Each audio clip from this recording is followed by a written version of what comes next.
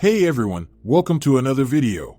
Today we're going to talk about issue number 2 of Dead X-Men, written by Steve Fox.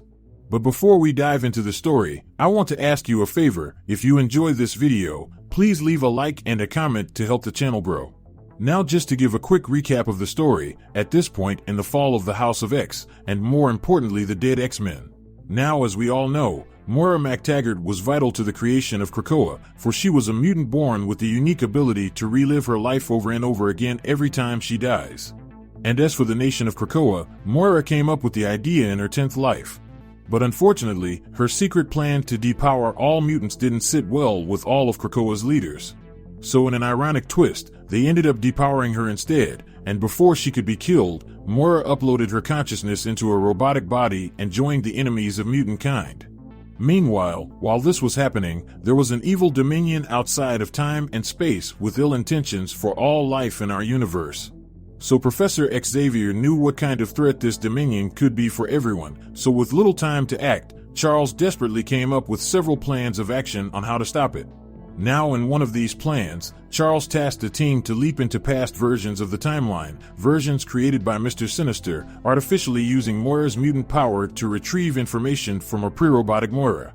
Now following a lot of close calls, the team was, at the last minute, able to find a still mostly human Moira rather than one who became an AI. In fact, the one they found was able to lengthen her life with cybernetics. But unfortunately, they unknowingly provided that cyborg Moira with the means to leap out of that doomed timeline herself and into her own past lives. So with that said, this issue opens up with a rift in space and time on Island M, and when we get there, we see several mutants just chilling and minding their own business when out of nowhere Moira arrives on the scene. And in one fatal slash, Tower was cut directly in half. But see, the mayhem didn't stop there, for Moira went on to systematically cut each mutant down. Because with the help of her device, Moira MacTaggert was able to revisit her previous lives, and in this particular situation, she was able to visit her 8th life. So with the chaos laid before her, the android menace re-entered the rift to move on to the next timeline. So following that bloodbath, we skip over to the Atlantic Krakoan island that is currently housed in the White Hot Room. And when we get there, we see Prodigy and the team having a conversation with Rachel Summers, and during this conversation, Rachel is telling Prodigy that there is no reason for them to go back. Because their mission, as we all know, was to find a Moira engine timeline where Moira still had enough biological brain matter to get a psychomimetic reading off of. And lucky for them they were able to pull it off, which means the rest of this will be left to Charles to intercept Moira before her power manifests. So from Rachel's point of view, there is no real reason to revisit the Moira engine timelines, because all of them are dead ends. But see, that was not what Prodigy intended, for Prodigy was not intending to go back to a Moira engine timeline, but rather a past life of Moira. Now this was something that never crossed Rachel's mind as an option, because Moira's past lives were always seen as defunct realities. Because the Moira engine timelines branched off from their own, while the past lives were shrouded in mystery. In fact, it was so mysterious that Charles only knew what Moira was willing to share with him.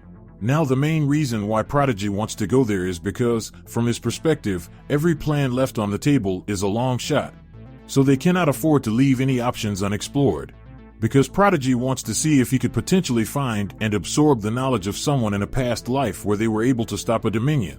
Now, considering the fact that these timelines are relatively unknown and uncharted waters, they have no idea what could happen if they were to die in said timeline.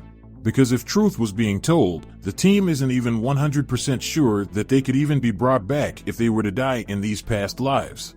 So with the risk laid out, Rachel points out how crazy all this is, because the mental map they recovered should be enough to carry out Charles's plan.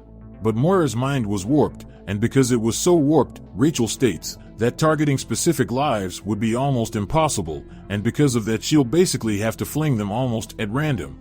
So with that said, Prodigy brings up how they aren't even sure the Dominion can even access the past lives. So this might be the only move they can make where the Dominion cannot see them coming.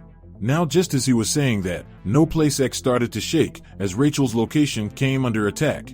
So with no time to waste, Rachel tells the team that it is now or never if they really want to attempt this. In which the team was completely on board with carrying out the impossible. So with a burst of energy, Rachel cast the team into the timeline, and out the other side, they emerged in the middle of yet another battle. But this time, during the Age of Ultron. And when they arrived, all hell was breaking loose as people were running in fear. Now usually among all these people with his limiter taken off, Prodigy would be hit with a crazy mental assault, but with the help of the crystal in his chest, he had everything completely under control. So with the battle kicking off, the entire team was just nearly stepped on and destroyed, just like back during the gala when Nimrod crashed on the scene. But this time, the team was not going to fall that easily, for they had a job to do. So as the rest of the team started to fight, Prodigy made his way to a nearby newspaper stand, in hope of absorbing some useful information, for he wanted to know what timeline they were in. And after reading a few headlines, Prodigy was able to pinpoint their location, which so happened to be Moira's 7th life. Now, in this life, Moira spent her time trying to wipe out the Trask bloodline to prevent the Sentinels from ever being created. So with that out there, Cannonball brings up how stopping the Sentinels from being created didn't really do much, because the giant Ultron machines just filled the void. So with this timeline seemingly being a dead end, the team calls for Rachel to pull them out. But just as they were requesting that, a psychic voice called out for help. And after a little investigation and help from Frenzy, Emma Frost and one of her students were discovered. And by the looks of it, they were not in good shape. So as the White Queen collapsed on the floor, Emma let the team know that she had no idea how to control her power, which Prodigy could confirm, because in this timeline things went much differently. So as Emma lay in pain, she used what little power she could manifest to show them everything that transpired within the Capitol building. 20 minutes prior, the Senator had Hank Pym, Ant-Man, standing before them pleading his case for the government to buy his Ultron robots. And one of his selling points was he installed an X-gene detector within them. Now this was something Emma Frost stood in opposition of, so as the two sides debated, Moira arrived in the scene and stabbed Jirich in the back, which prompted Pym to overreact and summon all Ultron robots to converge on his location. So with that information out there, the team immediately went into damage control mode as they came to grips with their actions affecting the timeline. But during their debates, Emma slipped away due to their actions. So with Moira loose and free to wreak havoc on the timeline, the team realizes what they need to do. They need to find Moira and put her down by any means necessary. So with that said, issue number 2 of Dead X-Men comes to an end. Now, with that out there, when it comes to this issue and the direction of this story, I'm pretty interested in seeing what Moira's past lives has to offer.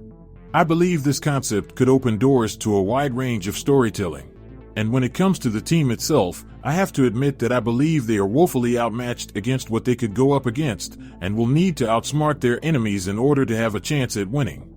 Because in some of Moira's past lives, she went up against powerhouses like Apocalypse and the all-powerful Phalanx. But all in all, I would give the direction of the story a pass. I just hope they are able to pull off the landing. So with that out there, if you want to stay in the loop about any individual storyline, then how about you hop over to the playlist section down below or in the link cards above to get all caught up on the X-Men runs. So with that established, I hope you enjoyed this video, and please don't forget to leave a like and a comment if you want to see more videos like this. Thank you for watching, and I'll see you in the next review.